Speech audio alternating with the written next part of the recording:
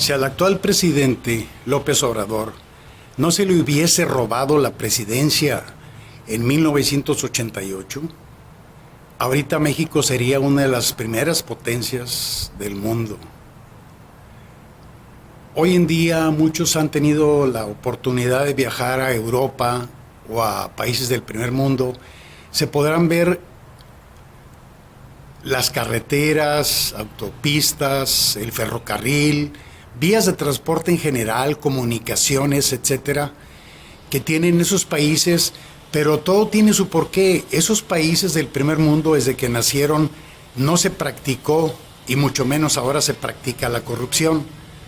En cambio, aquí en México, desde que nació México, los malos gobernantes, amantes de lo ajeno, llámense presidentes, gobernadores, alcaldes, diputados, senadores, poder judicial, etcétera, en su mayoría, no generalizo, se han ido, y hay que hablarlo en palabras puras, se han ido robando lo de la nación. Por eso México no prospera. ¿Cómo es posible que al presidente, los chayoteros, por ejemplo, los chayoteros son los que piden moche, aunque un presidente esté haciendo malas cosas, le piden moche para sacar en televisión o en prensa o en radio que se están haciendo bien las cosas, aunque sea todo lo contrario?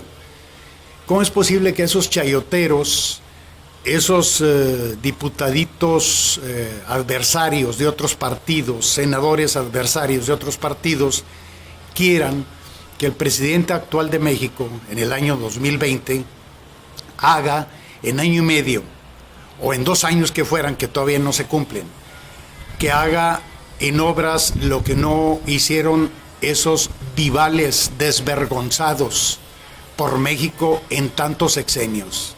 Fueron muchos sexenios los que estuvieron robando a México. Si no eran los presidentes, eran los gobernadores, eran los alcaldes.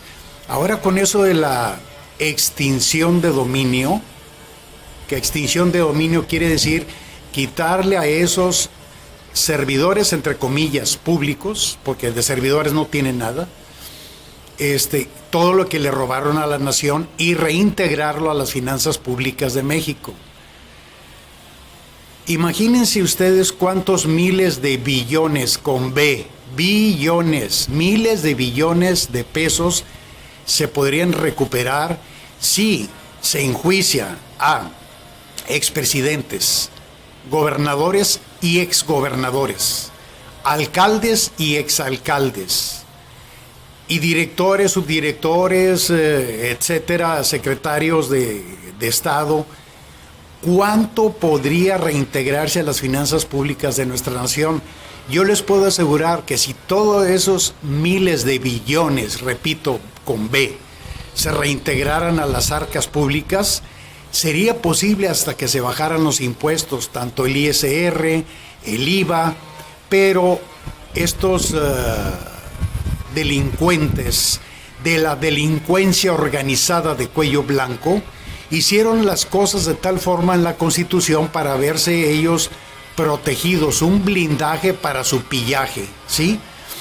De esa forma se sacaron de la manga que el fuero y que cuánta cosa para ser intocables. Yo propongo que nadie goce de fuero en nuestra nación, ningún partido, ningún diputado, senador, presidente, gobernadores, etcétera, para que puedan tener el temor de robar como lo han hecho en el pasado. Igualmente, que en la Constitución se haga un cambio, que todos los delitos llevados a cabo en la función pública por servidores públicos no prescriban, porque son otras lagunas maliciosamente manipuladas en la Constitución que prescriben, los delitos prescriben. ¿Cómo es posible? Si es un delito que se cometió, ¿cómo que prescribe? O sea, no es lógico.